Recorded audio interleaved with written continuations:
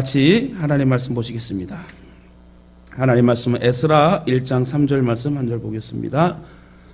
자막 준비했으니까 잔목소리로 한음성으로 합독합니다.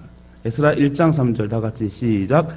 이스라엘의 하나님은 참 신이시라.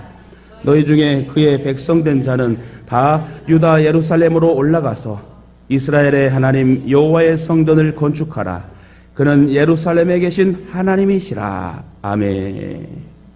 여러분 찬송 한 장 딱 드리고 기도하고 나니까 얼굴이 활짝 폈어요. 처음에 들어올 때 걱정 근심에 초조의 마음도 있는 분도 계시고 여러 가지 생각을 가지고 오신 분 계신데 오늘 제목이 뭡니까? 다 같이 한번 합독할까요? 시작. 주여 회복되어 부흥하길 원합니다. 제목 하나는 참 기가 막히게 설정을 하는 것 같은데 설교도 좋을 줄 믿고 오늘 하나님 말씀 저와 여러분이 은혜 받기를 주님의 이름으로 축원합니다. 오늘 에스라 1장 3절을 봤는데 1장 1절에서 4절까지 보게 되면 한번 읽어보겠습니다. 제가 바사왕 고레스 원년에 여호와께서 에레미야의 입으로 하신 말씀을 응하게 하시려고 바사왕 고레스의 마음을 감동시키심에 저가 온 나라에 공포도 하고 조소도 내려 가로되 바사왕 고레스는 말하노니 하늘의 신 여호와께서 세상 만국으로 내게 주셨고 나를 명하사 유대 예루살렘에 전을 건축하라 하셨나니 이스라엘의 하나님은 참 신이시라. 너희 중에 무릇 그 백성된 자는 다 유다 예루살렘으로 올라가서 거기 있는 여호와의 전을 건축하라. 너희 하나님이 함께 하시기를 원하노라. 무릇 그 남아 있는 백성이 어느 곳에 우고하였든지 그곳 사람들이 마땅히 은과금과 기타 물건과 짐승으로 도와주고 그 외에도 예루살렘 하나님의 전을 위하여 예물을 즐거이 드릴지니라 하였더라. 할렐루야. 오늘 보면 여러분 성경에 보게 되면 하나님께서 고레스 왕을 감동시키다라고 아마 소주제가 적혀 있을 것입니다. 오늘 이 말은 누구의 말입니까? 하나님께서 그 고레스 왕의 마음을 감동시켜서 이스라엘을 회복시키고 예루살렘으로 돌아가 성전을 다시 재건하게 하는 하나님의 귀한 섭리가 깃들어진 말씀입니다. 그러면서 제일 중요한 오늘 본문의 말씀, 이방의 왕이 이렇게 고백합니다. 이스라엘의 하나님은 참 신이시라고. 너희 중에 무릇 그 백성된 자는 다 유다 예루살렘으로 올라가라고 하며 이스라엘의 하나님은 참 신이라고 이방의 왕이 고백하는 이 말씀. 말씀의 배경을 잠깐 살펴보도록 하겠습니다. 하나님을 거역하고 자기 마음대로 살던 북이스라엘은 하나님의 징계를 받아 BC 722년경에 여러분 아수르에 의하여 멸망을 당하게 됩니다. 또 200년 뒤에 있다가 또 멸망한 남유다 왕국은 바벨론 느부갓네살 왕에 의하여 이제 완전히 북이스라엘도 남유다 왕국도 완전히 망하게 되지요. 결국 예루살렘 성은 무너지고 예루살렘 성전은 돌 하나도 도리에 남지 않고 무너뜨림을 당하게 됩니다. 제가 성지순례 다녀오면서 고린도도 갔다 오고 이렇게 갔다 왔습니다만은 진짜 돌만 남아있고 흔적만 조금 남아있고 완전히 하나님 무너뜨리는 것을 보게 됩니다.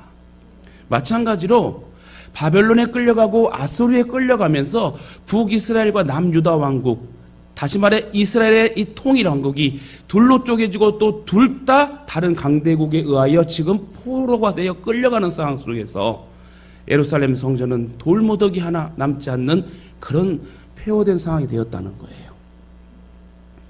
금은 보석으로 만들어진 성전 기명들은 모두 느부갓네살 왕이 전리품으로 가져가 버렸습니다. 다시 말해 이 말은 여호와 하나님 앞에 금과 촛대와 모든 것을 올려드릴 이 제사할 하나님 예배드릴 모든 도구를 다 빼앗아 가버렸다는 거예요. 이 말이 뭔지 아세요? 그냥 빼앗겼다는 것으로 그치는 것이 아니라 이스라엘은 소망이 없다는 거예요. 예배를 드리지 못한다는 거지요. 예배드릴 제사드릴 그 모든 기명들을 다 가져가 버렸대요. 이것은 완전히 막혔다는 사실을 우리에게 말해줍니다. 왜 이렇게 됐을까요? 왜 이렇게 하나님 앞에 드려야 될 이 제사의 도구와 모든 것을 빼앗기고 이런 참혹한 예배 드릴 수 없는 상황이 됐을까요? 누구 문제일까요? 이스라엘 백성의 문제입니다. 하나님을 저버린 대가라는 거예요. 저와 여러분은 하나님을 떠나지 맙시다. 따라서 혹시 죄를 지어도 하나님만은 떠나지 맙시다. 여러분 저희가 죄를 지어요 안 지어요?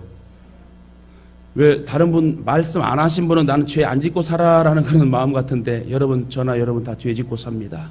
그러나 죄는 지어도 하나님께 나오는 자에게 긍휼의 역사가 있게 될 줄 믿습니다. 베드로, 가룟, 유다 같은 죄인입니다. 그러나 회개하냐 하나에 따라서 죽음과 천국이었다는 것이죠. 여러분, 죄를 지어도 연약함이 있어도 그럼에도 불구하고 나를 사랑하시는 그 하나님을 바라보시면서 능력의 그 예수 이름으로 승리하시길, 회복하시길 주님의 이름으로 축원합니다. 어쨌든 하나님을 저버린 대가로 인하여 완전히 예루살렘 성전은 무너지고 완전히 두 왕국이 멸망을 당하게 됩니다. 그러나 하나님께서는 북이스라엘과는 달리 남유다에 대하여 끝까지 진노하지 않으신다고 약속을 하십니다. 여기도 북이스라엘 왕국은 다른 이방인들과 통혼하여 너무 하나님 보시기에 가증스러운 우상 숭배를 했기 때문에 먼저 남쪽 유다 왕국보다 200년 전에 무너집니다. 회개할 줄 모르는 그 모습이었고 200년 또 뒤에 멸망한 남유다 왕국에 대해서는 하나님께서 그래도 너희들을 끝까지 내가 버리지 아니하겠다고 하는 말씀이 오늘 말씀이에요. 그래서 여러분, 고레스 왕을 사용하여서 그 마음을 감동시켜서 다시 기회를 주고 회복을 주시려고 오늘 귀한 에스라 말씀을 주셨습니다. 에레미야 선지자를 통하여 징계 기간을 70년간이라고만 말씀하시고 70년을 채운 다음에 너희는 다시 돌아와 회복의 역사가 있을 것이다. 징계 기간이 끝나면 이스라엘의 남은 자를 다시 회복시켰다는 거예요. 여기서 남은 자란 말은 징벌당하는 자 중에서도 징벌당하는 중에도 하나님을 경외하고 경건한 신앙을 지키는 사람이에요.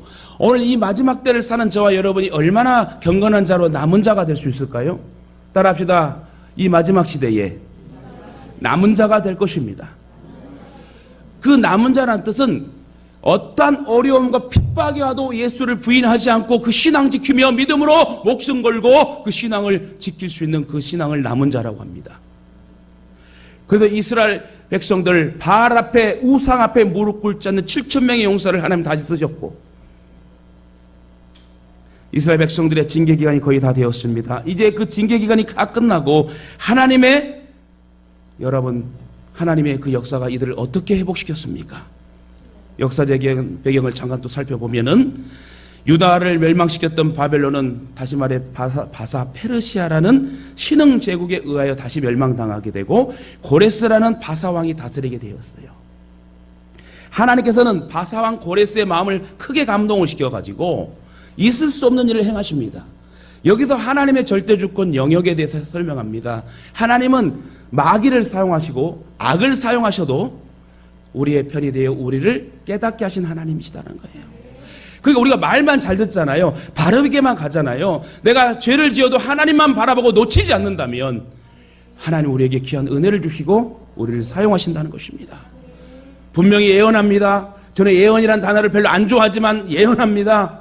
그 예언은 마지막 때 바르게 말씀 안에 서 있는 교회는 분명히 하나님 들어 쓰신다는 것. 말씀으로 살고 죄를 지어도 회개하고 말씀으로 돌아오는 자에게 하나님의 은혜가 있게 될 줄 믿습니다. 하나님께서는 바사왕 고레스의 마음을 감동시켜서 오히려 70년 전에 하신 약속을 이루십니다. 그렇습니다. 회복도 하나님이 주신다는 거예요. 따라서 고난도 하나님이 주시고 회복도 하나님이 주십니다. 믿으십니까? 동의하십니까? 그럼 이것은 하나님의 절대주권에 살고 있는 우리 모든 결과와 동기와 가정과 서론의 모든 것들은 인생의 역사는 하나님께 달려있다는 거예요.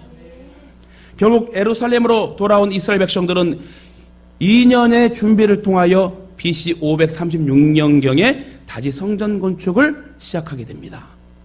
그때도 많은 방해가 있었습니다만은 70년 동안 할아버지가 노예고 아버지가 노예고 손자가 노예고 태어날 때마다 노예 신분으로 태어난 이 소름을 이제는 다시는 거듭 반복하지 않겠다는 마음을 가지고 예루살렘으로 돌아온 이 백성들이 하나님 말씀이 읽혀지면 울고 또 울고 하나님 앞에 이제 바로 살아야 된다 하며 할아버지가 아버지에게, 아버지가 손자에게, 할아버지가 손자에게 이제 우리 정신 차려서 하나님 말씀을 떠나지 말자. 절대로 포로 생활하지 말자. 하나님의 복을 받자. 하면서 성전을 건축하며 그때도 성전을 건축할 때 방해했지만 그럼에도 불구하고 믿음을 가지고 다시 일어날 수 있었던 것입니다. 본론으로 들어갑니다. 그렇다면 우리가 부흥의 꿈을 이루려면 다시 회복되어 부흥되길 원한다는 말씀인데 주제인데 우리가 부흥의 꿈을 이루려면 첫째로 우리 육체의 건강이 질병이 회복되어야 된다는 거예요. 사실 우리는 일상에 있어서 건강의 고마움을 모르고 살 때가 많습니다. 그러다가 자신이나 식구들 중에 가족들 중에 누구 하나가 중환병에 걸리게 되면 가족 전체가 염려가 되고 근심이 되고 힘들어지게 되지요. 정말 가족 중에 말기 환자라도 하나 있게 되면 얼마나 마음이 아프고 힘들고 그 기간이 얼마나 어려운 줄 모릅니다. 경험을 한 사람은 여러분 그렇게 고백을 할 것입니다. 무엇이든지 먹고 싶은 것은 다 먹을 수 있는 돈이 있을지라도 아파서 아무것도 먹지 못하는 사람도 많아요. 여러분 우리가 잘 먹는 것도 감사해야 돼요. 식욕도 없습니다. 불면증 걸려 잠도 자지 못합니다. 공부도 건강히 받쳐줘야 하고 여러분 여행도 건강해야 할 수 있는 것이고 밥도 건강해야 먹을 수 있는 것이고 예배도 건강해야 드릴 수 있는 거예요. 사업도 교회 일도 국가의 일도 건강해야지 우리가 여러분 능히 감당할 수 있는 것입니다. 그러므로 복 가운데 제일 큰 복은 그래도 건강의 복이라는 거예요. 건강이 얼마나 귀한 것임을 알고 늘 건강한 것에 여러분 감사하시길 바랍니다. 오늘도 내 건강한 몸으로 예배당에 와서 주의 성전에서 찬양하고 기도하고 말씀을 듣는 이 사실에 대해서 여러분 감사하시길 주님의 이름으로 축원합니다. 평생 질병으로 사는 부자보다 가난하게 살아도 건강한 것이 더 낫다. 음식을 넘기지도 못해 날마다 고통을 당하는 사람들이 많습니다. 제가 임종의 시간을 한 번씩 가게 되면 중환자실이든 어디든 부탁을 받아 가게 되면 진짜 미동도 없는 움직이지 못하는 식물인가들도 많고 그 줄 하나 가지고 음식을 못 넘기기 때문에 살긴 살아야 되니 그 줄 하나 가지고 그 영양제를 같이 먹어가면서 생명을 연명하는 그런 모습들을 보면 참으로 우리는 건강한 것에 감사해야 된다. 이렇게 연약한 우리들에게 성경은 하나님을 치료하신 하나님이라고 소개합니다.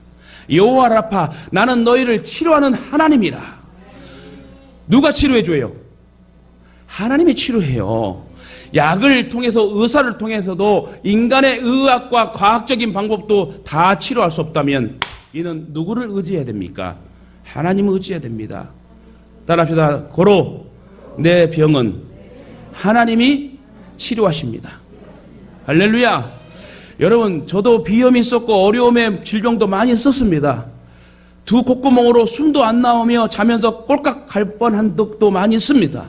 그러나 하나님께서 목회 잘하라고 여러분과 함께 마지막 때 바른 교회 세우라고 기도하고 나아갔더만 그 기도의 열기 속에 하나님은 만져주시고 지져주시고 저는 비염약을 많이 먹었던 사람이잖아요.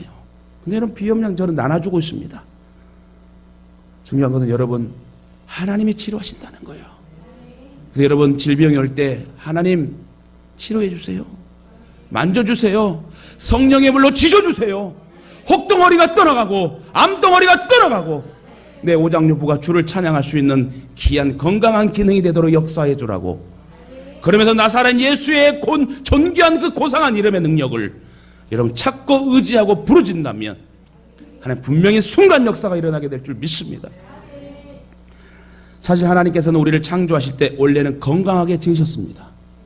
그러나 아담의 범죄 후에 모든 인간은 질병으로 고통을 받게 되고 사망으로 임하게 됐습니다. 그래서 우리들도 나이가 들면서 몸이 아프고 쑤시고 결리고 비가 올 때쯤에 되면 완전히 다 일기예보가 돼가지고 다들 시름시름합니다.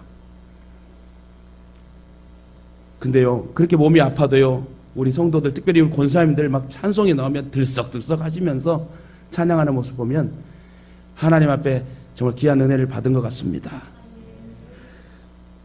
그러나 감사한 것은 그렇게 힘들고 어려운 질병 속에 노출되었지만 예수님께서 이 세상에 오셔서 우리를 위하여 그 질병까지 치료하시기 위해서 대신 채찍을 맞으셨다. 여러분 채찍 한번 상상해 보세요. 채찍이 어떻게 생긴 줄은 알죠? 그냥 채찍이 아니고요. 무게만 3kg가 넘는 채찍이래요. 거기에 납조각, 동물의 이빨, 뾰족한 조각을 다 덕지덕지 붙여가지고 길이만 3m 되는 이 채찍으로 예수님이 딱 한 대 병사를 통하여, 로마의 병사를 통해 맞게 되면 그냥 거기다 하고 맞는 수준이 아니라 한번 딱 휘어 감을 때에, 채찍의 특징은 휘어 감는 거래요. 딱 맞고 그냥 끝내버리면 좋아. 딱 맞고 휘어 감아버릴 때 예수님의 그 살점이 탁탁 떨어질 때에 그 채찍을 맞음으로 우리의 질병이 회복되었대요. 우리의 구원 문제도 해결해 주셨지만 우리 안에 있는 질병, 지금 우리가 일상생활에 노출되어 있는 신음하는 이 질병을 예수님이 직접 채찍으로 맞음으로 인하여 낫게 하셨다는 거예요. 그 사실을 믿을 때에 우리에게도 오늘 질병에 여러분 노출이 회복되고 치료될 줄 믿습니다. 질병, 연약함을 다 그 채찍을 맞으심으로 해결해 주셨다. 그러므로 우리는 얼마든지 건강할 수 있고, 나를 위해 십자가 지신, 채찍 맞으신 그 예수의 보혈의 피로 믿음으로 나아간다면 못 고칠 병이 없다. 회복이 된다는 얘기지요. 여러분, 회복이 될 줄 믿습니다. 사실 예배 드릴 때도 건강한 모습으로 나와야지 은혜가 됩니다. 몸이 아픕니다. 힘이 듭니다. 답답합니다. 그러나 예배 드리는 귀한 상황 속에서 하나님 만져주실 때에 평강과 기쁨이 있는 것이에요. 그래서 우리는 무엇이든지 믿음으로 구해야 된다. 믿고 구하면 받은 줄로 믿고, 의심하지 말고 요동하지 말고 구하면 너 것이 되고 내 것이 되고 받은 줄로 알라. 구하라 그리하면 주실 것이요, 찾으라 그리하면 찾을 것이요, 문을 두드리라 그리하면 열릴 것이니라.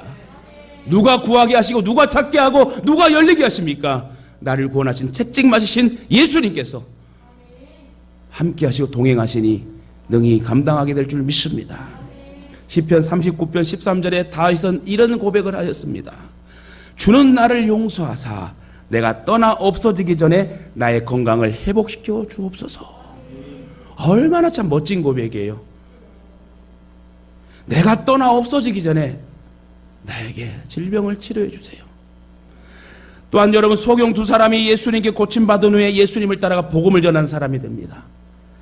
히스기야도 하나님께 간절히 구하고 기도했을 때에 질병이 치료되고 생명이 연장됩니다. 아람 나라의 나만 장군도 하나님의 능력으로 나병이 회복되었습니다. 치료되었습니다. 이는 나만 장군이 하나님께서 주신 기회를 붙잡았기 때문에 그래요. 비록 이방의 장군임에도 불구하고 이스라엘 하나님은 역사하시고 치료하시고 믿고 그 액션을 행함으로 취했을 때에 여러분, 역사가 일어나는 것입니다. 나병으로 남모를 큰 고민에 빠져있던 나만 장군에게 어느 날 기회가 오게 됩니다. 그 기회는 전쟁 중에 포로로 잡혀와 종으로 일하던 이스라엘의 어린 여자아이가 나만 장군의 병을 안타까워하며 어렵게 말을 꺼내게 되죠. 장군, 우리 이스라엘의 하나님은 살아계신 하나님인데 그 능력이 많은 선지자가 하나 있는데 그 선지자에 가게 되면 치료가 될 줄 믿어요.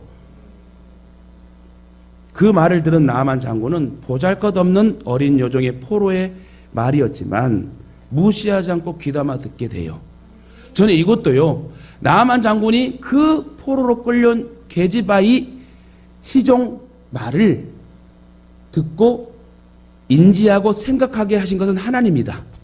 왜요? 그 나만 장군의 나병이 치료되고 7번 목욕을 하고 나왔을 때 어린아이의 살같이 휘게 되었다라는 이 말씀이 우리가 읽히고 설교가 나오게 하려고 하나님은 나만 장군도 쓰셨다는 거예요. 이해가십니까? 그러니까 하나님은 영광을 돌리기, 하나님께 영광을 돌리고 영광을 받게 하기 위하여 우리에게 질병도 주시고 사건 환경을 통하여 교훈을 주신다. 그 말을 들은 나만 장군은 보잘것없는 어린 여종의 말이었지만 무시하지 않고 귀담아 들었습니다. 그리고 회복의 기대감을 가지고 많은 예물과 왕의 친서까지 들고 병을 고치기 위하여 이스라엘로 떠납니다. 여기도 또 중요한 거, 그냥 말에 그치고 생각에 그치지 마세요. 행함으로 옮겨야 된다는 거예요. 따라합시다. 말에 그치지 말고 행동까지 옮깁시다. 할렐루야. 우리가 잘 아는 게 있잖아요. 믿음의 생각, 믿음의 말을 하고 믿음으로 행동할 때 역사는 일어나는 거예요. 근데 황당한 문전박대가 일어나죠. 강대국의 군대 장관이 왔는데도 불구하고 선지자 엘리사는 문도 열어보지도 않고 게하시라는 종을 통하여 7번 씻어라. 요단강에 가서 7번 씻어라고 이렇게 전달받습니다. 되게 속상하죠. 지금 이스라엘 백성은 식민지의 나라고 아람 나라는 엄청 큰 나라 강대국인데 그 왕이 최고로 인정한 나는 장군인데 내가 질병이 있다고 문둥병에 걸렸다고 나를 괄시하나 하고 되게 속상해합니다. 그래서 열왕기하 5장 10절에 이리 적어 있어요. 엘리사가 사자를 그에게 보내 이르되 너는 가서 요단강에 몸을 7번 씻으라. 내 살이 회복되어 깨끗하리라 하는지라. 이 말을 게하시란 종이 나아만 장군에게 얘기했을 때에 나아만 장군이 얼마나 화가 났겠어요. 다시 돌아가려고 그랬어요. 매우 기분이 상했고 그래도 화를 내게 됩니다. 그 이유는 기대와 전혀 다르게 문전박대뿐만 아니라 도무지 상식에 맞지 않는 방법대로 자기를 대하는 것에 되게 속상했다는 거예요. 내가 병이 생겼다고 나를 괄시하나. 그렇게 화가 나 있을 때 나아만 장군의 부하들이 권면합니다. 장군, 여기까지 오신 것 그 어떤 일이라도 안 하려고 왔습니까? 하고 한번 해봅시다. 나아만 장군이 부하의 권면의 말을 듣는 순간 자기 생각을 버리고 질병에서 해방되려는 믿음을 가지게 됩니다. 여기서 부하의 권면의 말도 하나님의 음성이 아니었다고 생각해 봅니다. 장군, 그 어느 거라도 하지 않았을 것입니까? 이 나병을 고치기 위하여 이스라엘까지 왔는데 그 어떤 어려움과 환경에서도 순종하지 않았겠습니까? 라는 그 말이 제가 생각할 때도 그렇고 절대주권을 보게 되면 하나님께서 나아만 장군을 깨닫게 하시는 귀한 사랑의 음성이 아니었던가를 저는 생각해 봅니다. 자기 방식과 생각을 내려놓는 순간 나아만 장군은 기적을 체험하게 됩니다. 그러므로 하나님 방법 앞에 겸손히 무릎 꿇고 여러분 기도하시길 바랍니다. 그래야만 이 시간에 하나님의 치료하심의 역사가 나타날 줄 믿습니다. 여러분 몸이 아프시죠? 속상한 일 있죠? 그러나 하나님 앞에 이것까지 다 내려놓고 질병에서 회복될 때에 내 상처에서 회복될 때에 부흥의 역사를 꿈꿀 수 있다는 거예요. 여러분 이럴 때 딱 나와야 될 찬양이 뭐가 있겠어요? 할 수 있다 하시니는 나의 능력 주 하나님. 할렐루야. 그 다음에 뭐라고 그래? 의심 말라 하시고 물결이 걸으라 하시네. 아멘. 할 수 있다 하신 주, 할 수 있다 하신 주, 믿음만이 능력이라 하시네. 할렐루야. 믿음만이 능력이라 하시네. 할렐루야. 나사렛 예수 이름으로 명할 때에 오늘 이 시간에 모든 질병이 떠나간 줄 믿습니다. 할렐루야. 우리의 능력의 이름을 줬잖아요. 너무 많이 아프고 견딜 수 없으면 죽어버립시다. 죽으면 천국 아니에요. 여러분, 그래서 열왕기하 5장 14절에 보니까 나아만이 이에 내려가서 하나님의 사람의 말대로 요단강에 7번 몸을 잠그니 그의 살이 어린아이의 살같이 회복되어 깨끗하게 되었더라. 뭐가 되었다? 회복되어 깨끗하게 되었더라. 모든 일상의 회복의 역사가 일어나야 돼요. 부부싸움도 부자와 부모와 자녀 모든 갈등 사회의 그 모든 문제도 회복이 될 때 치료가 되고 행복하다는 거예요. 그렇습니다. 고린도전서 6장 20절에도 우리의 건강한 몸으로 하나님께 영광을 돌리자. 여러분 기도 많이 하세요. 나에게 건강한 몸을 주셔야지 주님의 일을 힘있게 할 수 있습니다. 우리 권사님들도 팔팔한 그런 능력과 건강으로 날마다 교회에 와서 이렇게 청소하고 기도하고 으쌰으쌰 찬송하고 할 수 있다. 할렐루야. 얼마나 좋아요. 왜요? 하나님이 함께 하시고 죽음은 천국인데. 이처럼 예수님께서 우리 병을 대신 짊어지셨기 때문에 채찍을 맞으셨기 때문에 우리는 질병에서 해방될 수 있는 것입니다. 그러므로 혹시 몸이 아프다면 하나님께 회복시켜달라고 여러분 간구하시길 바랍니다. 그러면 반드시 여호와 라파 하나님께서 여러분을 치료하실 줄 믿습니다. 요한복음 15장 16절에 너희가 나를 택한 것이 아니요 내가 너희를 택하여 세웠나니 이는 너희로 가서 열매를 맺게 하고 또 너희 열매가 항상 있게 하여 내 이름으로 아버지께 무엇을 구하든지 다 받게 하려 함이라. 다 받게 하고 주신다는데 왜 구하지 못합니까? 따라합니다. 주시는 것은 하나님이요 구하는 것은 내 몫이요. 구합시다. 할렐루야. 이 말씀처럼 저와 여러분은 시마다 때마다 능력의 예수 이름을 놓치지 마시고 부르짖고 찾고 간구할 때 역사할 줄 믿습니다. 예수 이름으로 치료될 줄 믿습니다. 두 번째로 부흥의 꿈을 이루려면 우리의 영혼이 회복돼야 되는 거예요. 아무리 육신이 건강해도 내 영혼이 망가져버리면 힘들게 됩니다. 육체의 건강보다 더 소중한 것이 영혼이고 우리의 생각과 영혼이 병들거나 지쳐 있으면 무기력해지는 것입니다. 그러므로 우리들의 육체를 조종하고 주관하는 영혼이 건강해야 된다. 요한 3서 2절에 보니 내 영혼이 잘됨같이 범사가 잘되고 강건하기를 원하노라 간구한다고 얘기합니다. 이처럼 우리의 영이 회복되는 것이 중요합니다. 번아웃 상태, 힘든 상태, 내 영혼이 건강해져야 돼요. 여러분 그냥 기도하세요. 하나님 내 지쳐있어요. 번아웃 상태예요. 그러나 내 영혼을 다시 일어날 수 있도록 환경 여건을 주신다면 내가 다시 일어나 교회를 세우고 나라를 세우고 주님 나라 확장의 도구로 쓰임받기를 원합니다. 비록 나는 죄인입니다. 그러나 하나님 불쌍히 여겨달라고 그런 은혜를 베풀어 주시지 않겠습니까?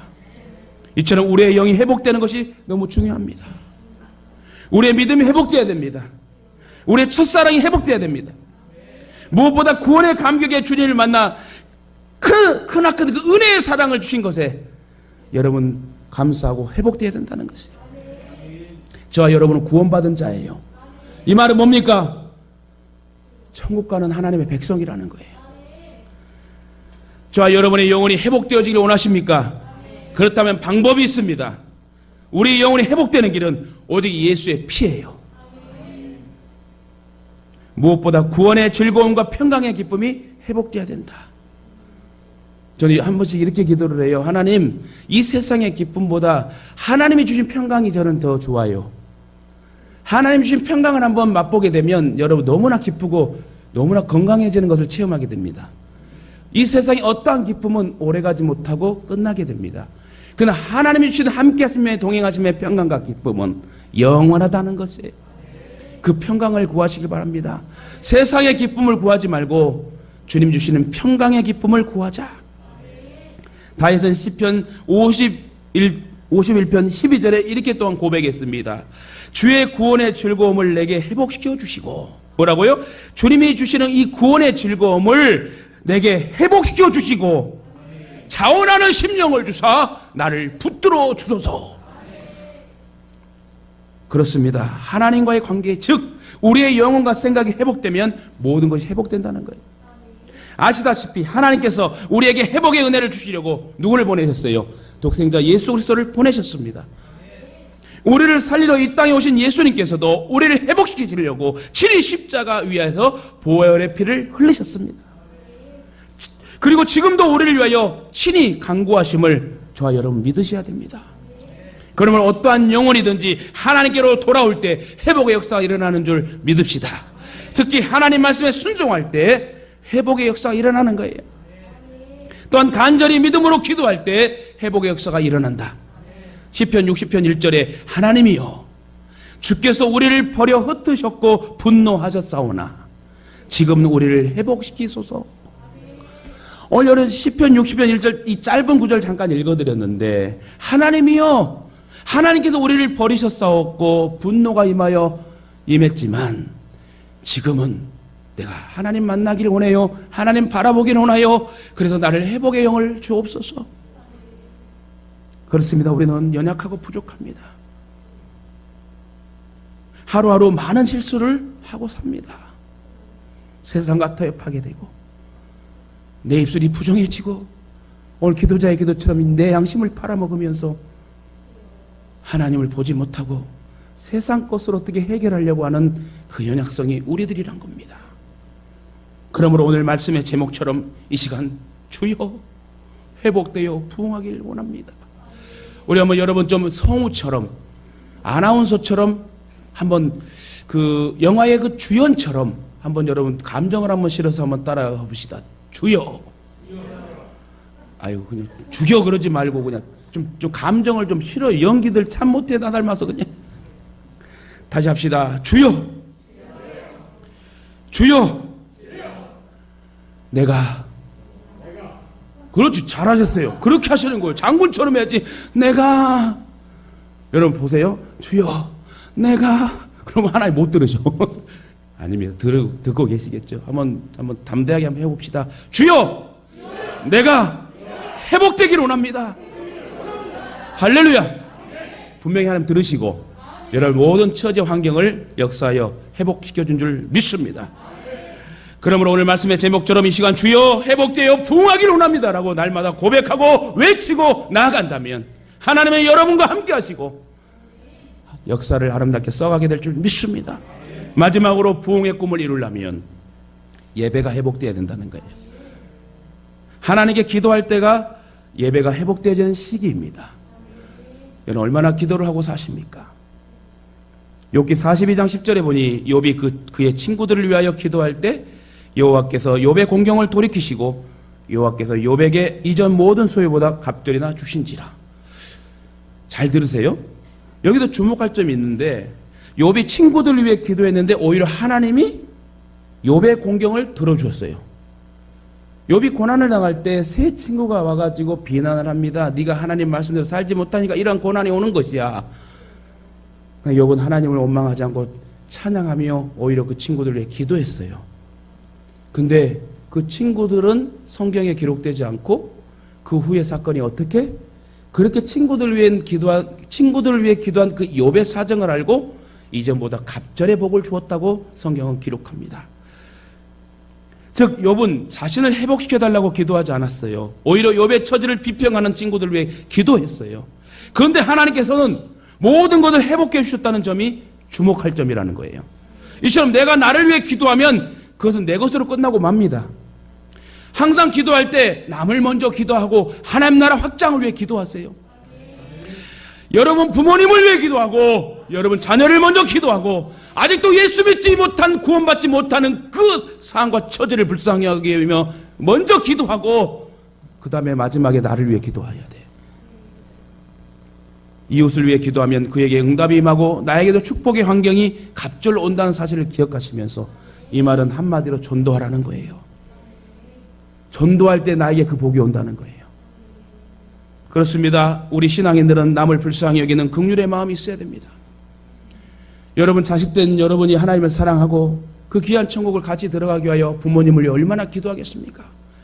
그러나 여러분 예수를 모르는 그 부모들은 여러분 교회를 매스컴에 나온 상태를 그대로 인지하여서 교회를 비판할 때가 있을 것입니다. 그러나 속상해하지 마세요. 속상해하지 마세요.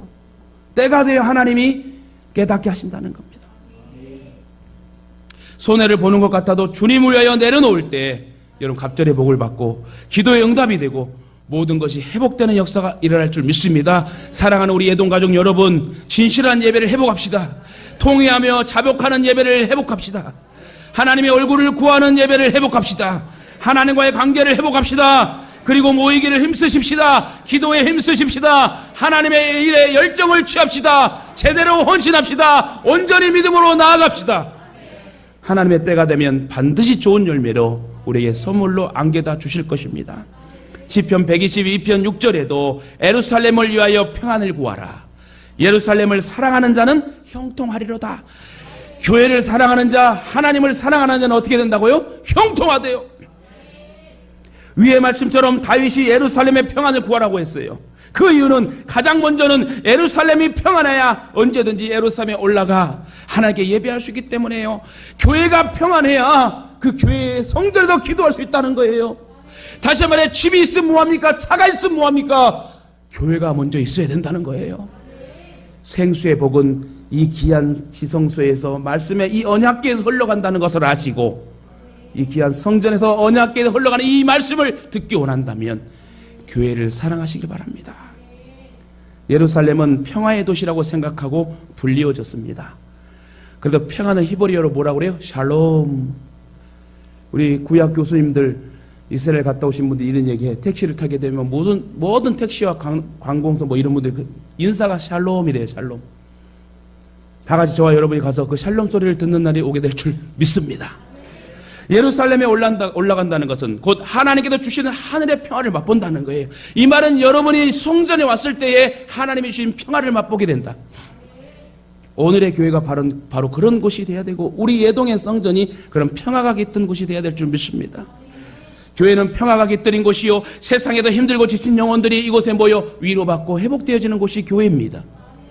그 중에서 예배는 하나님의 평화가 가득한 진리니 여러분 예배를 회복해야 된다. 세상의 염려와 걱정을 다 잊고 하나님의 품 안에 거하여 하나님께서 감싸주시는 그 평안을 느끼는 시간이 예배의 시간이라는 거예요.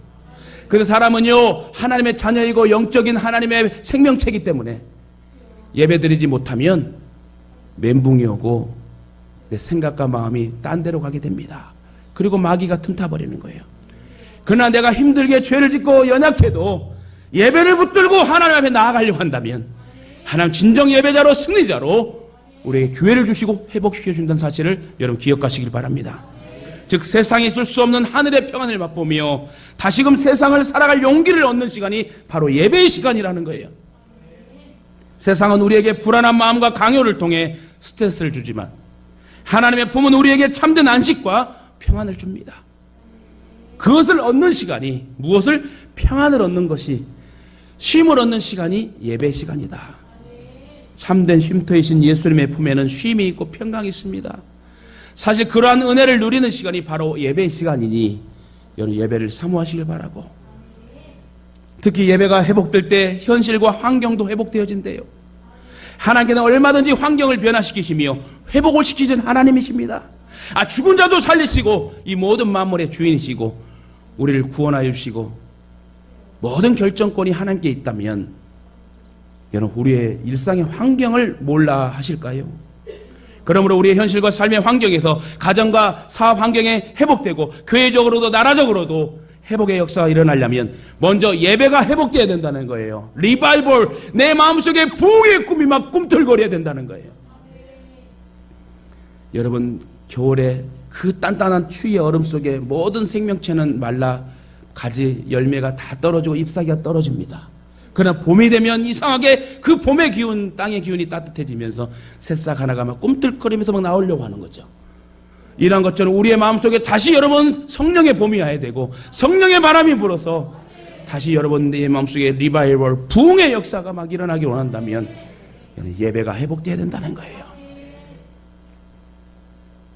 예배가 회복되면 기쁨과 즐거움이 넘치는 환경으로 아름답고 행복한 환경으로 회복되어집니다. 그러면 현실과 환경이 어렵고 힘들다고 걱정하고 좌절하지 마시고 환경보다 더 크신 하나님을 바라보시고 여러분 맡기시길 바랍니다.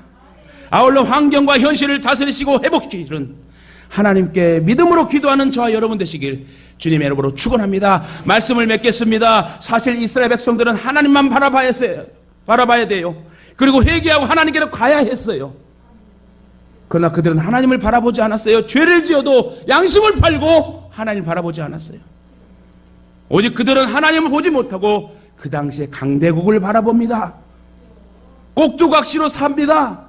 강대국의 눈치를 보고 일부는 애굽이 구원해 줄 것이라고 생각하고 일부는 바벨론이 자기들을 구원해 주실 것이라고 생각합니다. 여러분 세상 보지 맙시다. 사람 보지 맙시다. 환경 보지 맙시다. 그렇게 강대국을 봤던 세상을 봤던 그들은 종말의 역사, 멸망의 역사가 나타나지요. 아무도 그들을 구원해 주지 않았습니다. 하나님 유다 백성의 죄악으로 인하여 그들을 징계하셨습니다. 그러나 그것으로 끝이 아니라 그들에게 회복의 기회를 주셨는데 너 이제 끝이야! 사람은 너 끝이야? 그럴 수 있어요. 그러나 하나님은 아니야. 네가 100만 번 죄를 지어도 100만 번째 너를 찾아와서 너를 안아줄 거야 하는 사랑의 하나님을 저와 여러분을 만나야 될 줄 믿습니다. 이 회복은 장차 구원자로 오실 예수 그리스도 안에서 구원을 예표하는 것이고 즉 그리스도께서 오셔서 하나님의 구원을 완성하심을 의미합니다. 그리고 그리스도께서 하나님의 백성의 죄악을 씻어주시고 영원한 하나님의 나라로 인도하심을 또한 의미합니다. 시편 60편 1절에 하나님이여 주께서 우리를 버려 흩으셨고 분노하셨사오나 지금은 우리를 회복시켜 주옵소서. 아까도 읽었지만 여러분, 저와 여러분의 처지 환경이 죄의 상황일지라도, 정말 어려운 상황일지라도 이렇게 고백하세요. 주여 우리를 회복시켜 주세요. 회복시켜 주셔서 내가 부흥의 사람이 되기로 해요. 이 말씀과 같이 다윗은 늘 하나님께 회복시켜 달라고 간구했대요. 하나님 우리에게 회복의 은혜를 주시려고 독생자 예수님을 보내주셨어요. 또한 예수님께도 우리를 회복시키려고 아까도 말했지만 채찍을 맞으시고 십자가에 물과 피를 쏟으셔서 우리의 질병과 모든 걱정 근심을 다 떠안고 가셨습니다. 그러므로 우리 주님께서 흘리신 그 십자가의 보혈이 헛되지 않도록 항상 주님의 은혜로 회복되어 여러분 행복하며 찬양하며 사시길 주님의 이름으로 부탁드립니다. 그것이 하나님께 영광을 돌리는 삶이고, 죽어 마땅한 죄인을 위하여 죽으시고 끝까지 책임져 주시고 우리의 삶을 회복시켜 주시는 주님만을 온전히 바라보며 사시길 주님의 이름으로 축원합니다. 한 예화 하나 읽고 마치겠습니다. 영국의 빅토리아 여왕이 하루는 유명한 제지 공장을 방문했습니다.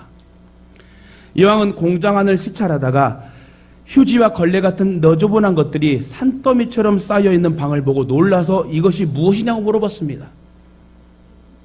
그랬더니 이 공장장 사장이 저것은 깨끗하고 질이 좋은 종이가 될 원료들입니다 라고 말했습니다. 공장장의 설명을 들은 여왕이 더 놀랐습니다. 저렇게 더러운 것이 어떻게 원료가 되고 하면서 상심의 얼굴을 하고 궁전으로 돌아갔대요. 얼마 후 궁전으로 돌아온 여왕은 며칠 후 그 제지 공장으로부터 아름답고 깨끗한 편지지 묶음을 선물로 받습니다. 그것은 며칠 전 여왕이 보았던 바로 그 더러운 휴지 조각으로 만들어진 것이었습니다. 뭐가요? 예쁜 편지지 한 묶음이. 그럼에도 공장장의 편지 끝에는 다음과 같은 말이 쓰여 있었습니다. 그 걸레 같던 종이들이 아름다운 편지지로 변화되어 지금 여왕 폐하의 궁전에 가 있듯이 완악한 죄인들도 하나님의 은혜로 변화되면 언젠가 회복되어 주님이 오시는 때에 하나님 나라 궁전에 가 있지 않겠습니까? 그렇습니다. 하나님은 회개하고 돌아온 이스라엘을 향해 이같이 회복시켜 주셨고 700년이 아니라 70년 만에 회개한 그들에게 다시 성전을 지을 수 있는 기회를 주셨고 회복시켜 주었어요. 이와 같은 역사는 오늘날에도 여전히 일어나고 있습니다. 우리의 일상에 여전히 일어나고 있습니다. 오늘 우리도 예수님을 만나고 그분께 순종한다면 놀라운 회복을 경험하게 될 줄 믿습니다. 여러분 건강을 회복합시다. 여러분 영혼을 회복합시다. 제일 중요한 건 예배를 회복합시다.